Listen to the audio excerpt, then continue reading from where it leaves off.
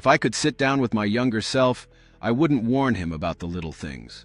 Bad haircuts, embarrassing moments, or the mistakes that seemed like the end of the world back then. I'd tell him the big things, the things that truly matter in life, but that most of us only learn the hard way. Life moves fast. One moment, you're dreaming about the future, and the next, you're wondering where the years went. Some lessons come too late, after the damage is done, after time has slipped away. But today, I want to share the biggest life lessons I wish I knew sooner. Lessons that, if you embrace now, could change everything. Let's get into it. Lesson 1. For years, I believed happiness was something I had to chase through success, money, or approval from others. I thought, once I get that promotion, once I find the right person, once I have enough money, then I'll be happy. But every time I reached a new milestone, happiness was temporary. The goalpost kept moving.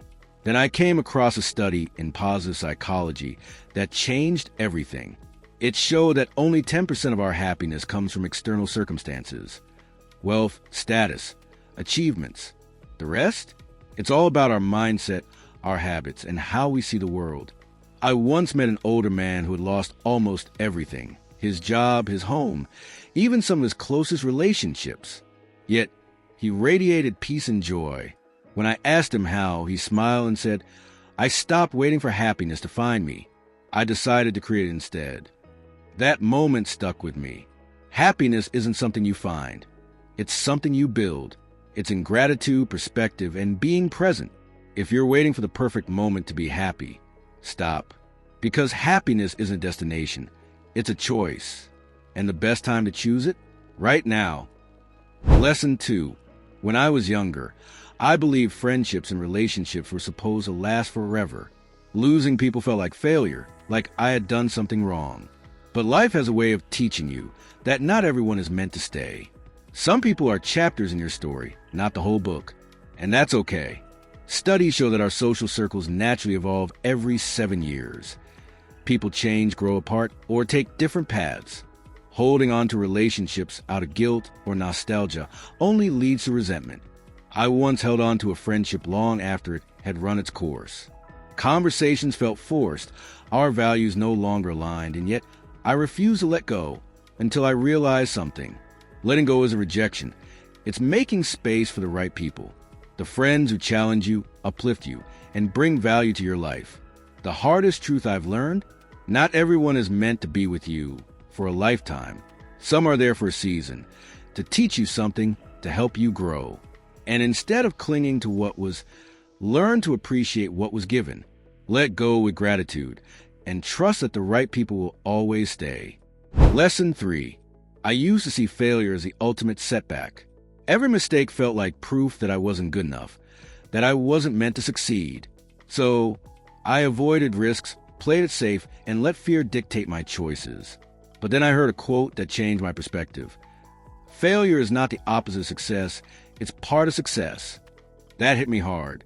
Every failure is just data. It's information that tells you what works and what doesn't.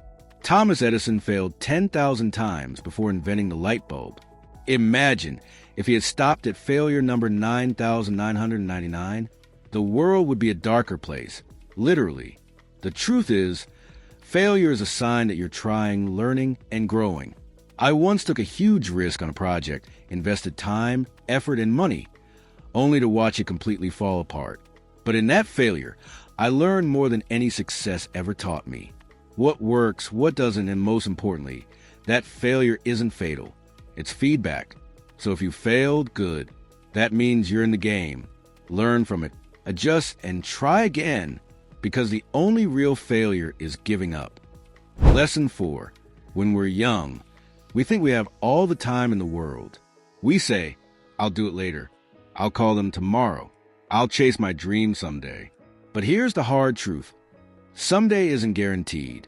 I used to prioritize work over everything. Friends, family, even my own well-being, believing I had time to make up for it later. But later doesn't always come. A hospice nurse once shared that the biggest regret of dying isn't what they did, but what they didn't do. The experiences they postponed, the relationships they neglected, the dreams they never pursued. That hit me. Time is the one thing we can never get back. You can earn more money, rebuild a career, even recover from failure, but you can't rewind time. So don't wait to take that trip. Don't put off saying I love you. Don't assume people will always be there. Start that project. Spend time with the people who matter and live with urgency, because at the end of your life, you won't wish you had worked more hours or played it safe. You'll wish you had lived more. Time is the most valuable currency. Spend it wisely. Lesson 5. I used to worry endlessly about what people thought of me. Did I say the wrong thing? Did I embarrass myself? Were they judging me? But then I learned about the spotlight effect, a psychological phenomenon where we believe people notice us far more than they actually do. The reality? Most people are too busy worrying about themselves to be focused on you. Think about it. How often do you obsess over someone else's small mistake or awkward moment? Almost never. And yet, we assume others are analyzing our every move. I once skipped opportunities, held back from speaking my mind, and avoided risks just because I feared judgment. But here's the truth. People forget. They move on. And even if they do judge you, it says more about them than it does about you. The weight of other people's opinions is only as heavy as you allow it to be. So wear what you want. Say what you mean. Take the risks that excite you. Live for yourself, not for the approval of people who won't even remember your so-called mistakes. The freedom you seek is on the other side of letting go. Lesson 6. When I was younger, I treated my body like it was invincible. Late nights, fast food, stress, little to no exercise. I thought, I'll take care of my health later. But later comes faster than you think. The truth is, your body keeps score. The small choices you make today, what you eat, how you move, how you manage stress, determine how you'll feel in the years ahead. Studies show that 80% of chronic diseases, like heart disease and diabetes, are preventable with lifestyle changes. I once met a man in his 70s who had more energy than people half his age. His secret? Simple daily habits. Walking every day, eating whole foods, staying curious and engaged with life. Meanwhile, I've seen others who spent their lives chasing success, only to spend their later years spending their money trying to buy back their health. But health isn't something you buy. It's something you build. Your future self is depending on you. So start small. Move your body. Drink more water. Prioritize sleep and learn to manage stress. Because the best investment you'll ever make isn't in stocks, businesses, or possessions. It's in your own well-being. Lesson 7. We often think life's biggest moments are the ones that would define us. Graduations, weddings, promotions, big achievements. But when people look back, it's not the grand milestones they remember most. It's the little moments. The late-night conversations. The laughter over a simple meal. The quiet walks with someone you love.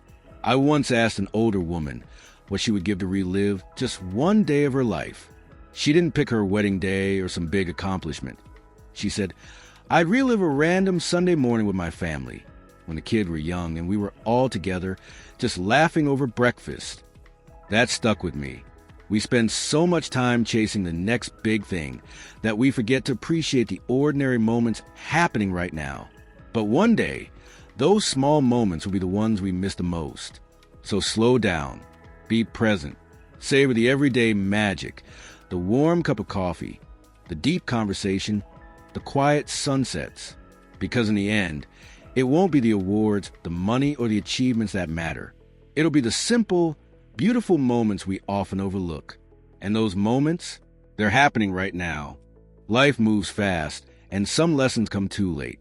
If I could go back, I wouldn't change my mistakes. They shaped me. But I'd embrace these truths sooner. Happiness is a choice, not a destination. People come and go, and that's okay. Failure isn't the end. It's feedback. Time is your most valuable currency. So spend it wisely. No one is thinking about you as much as you think. Your health is your greatest investment. And in the end, it's the small moments that matter most. Learn these now, and you won't just live longer. You'll live better. The choice is yours.